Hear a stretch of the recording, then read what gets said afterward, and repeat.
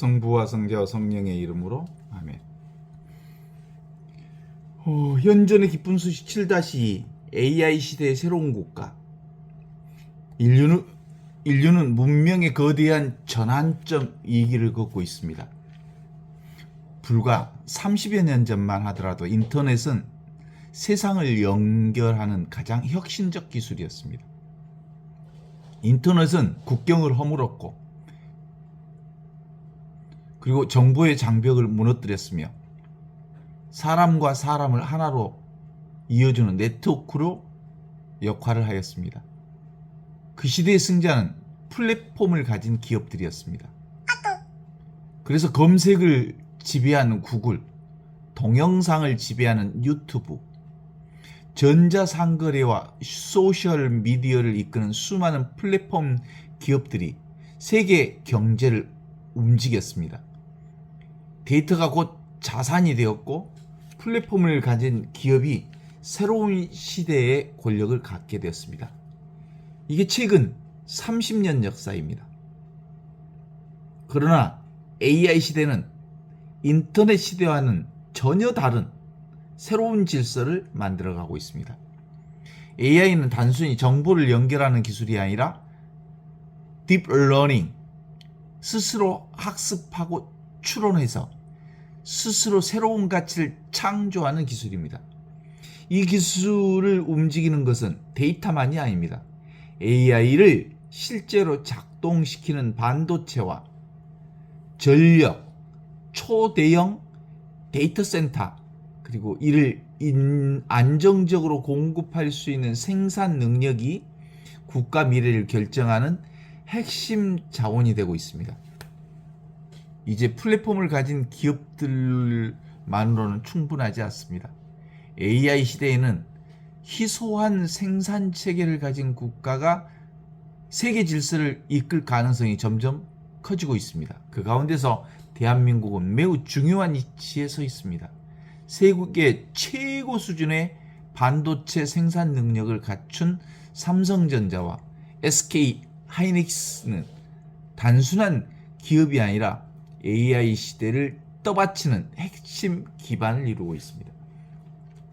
AI가 아무리 뛰어난 알고리즘을 가지고 있어도 이것을 실행할 반도체가 없다면 아무것도 할 수 없습니다. 그래서 반도체는 오늘날 석유를 넘어서 인류 문명의 쌀이며 새로운 시대의 생명선이 되고 있습니다. 그러나 여기에서 우리는 더 깊은 질문 하나를 던지게 됩니다. 반도체를 많이 생산하는 것이 대한민국의 최종 목표일 수는 없습니다. AI 강국이 되는 것 자체가 인간의 궁극적 목적도 아닙니다. 문명이 아무리 발전해도 인간이 왜 존재하는지를 잃어버리면 그 문명은 방향을 잃게 됩니다. 기술은 발전하지만 사람은 점점 불안해지고 경제는 성장하지만 마음은 더욱 메말라 간다면 그것은 참된 발전이라고 할 수 없습니다. 바로 여기에서 복음은 우리에게 가장 깊은 통찰 하나를 선물합니다. 예수님께서 언제나 바로 지금 바로 여기 바로 이 순간 이와 같이 살아있는 하나님의 현존 안에서 사셨습니다. 병자들을 만나실 때도, 죄인을 만나실 때도, 굶주린 군중을 만나실 때도, 십자가를 지실 때도 예수님의 삶 중심에는 언제나 바로 지금 바로 여기 바로 이 순간 살아있는 하나님의 현존 안에 살아계셨습니다.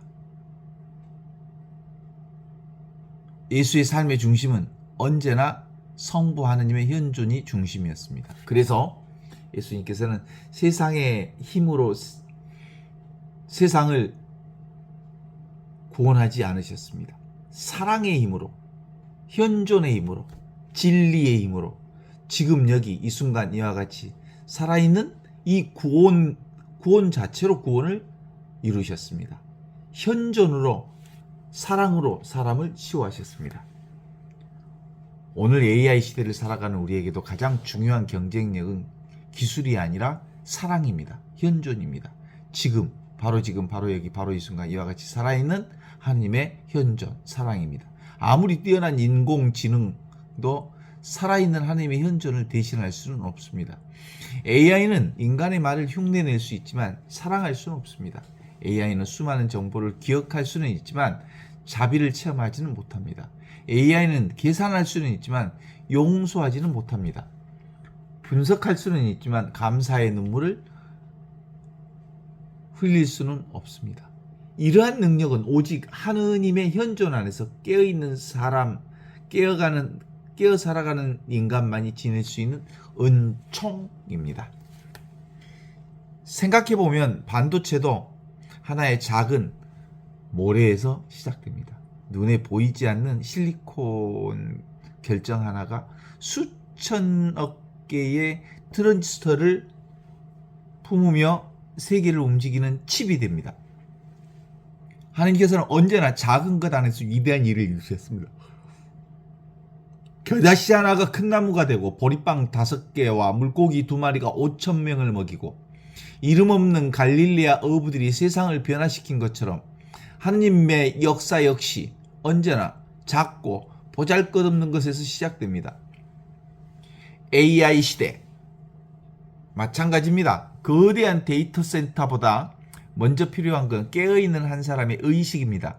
첨단 반도체보다 더 중요한 것은 생명을 존중하는 마음입니다. 초고속 연산보다 더 위대한 것은 한 사람을 끝까지 사랑하는 마음입니다. 이것이 복음이 말하는 새로운 문명 질서입니다. 대한민국이 AI 시대를 준비하면서 국가적 지원을 아끼지 않는 것은 매우 중요한 일입니다. 반도체 산업을 보호하고 미래 기술 육성하고 세계를 선도할 생산 체계를 유지하는 것 국가의 책임이기도 합니다. 그러나 이러한 차원은 단지 경제적 이익을 위한 게 아니라 모든 국민 모두의 삶을 더 풍성하게 풍요하게 하기 위한 것이어야 합니다.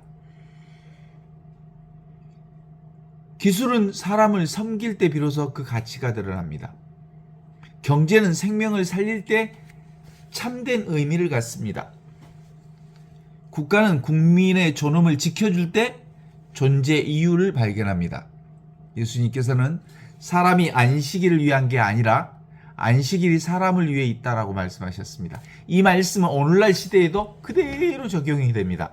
사람이 AI를 위해 있는 게 아니고 AI가 사람을 위해 존재해야 합니다.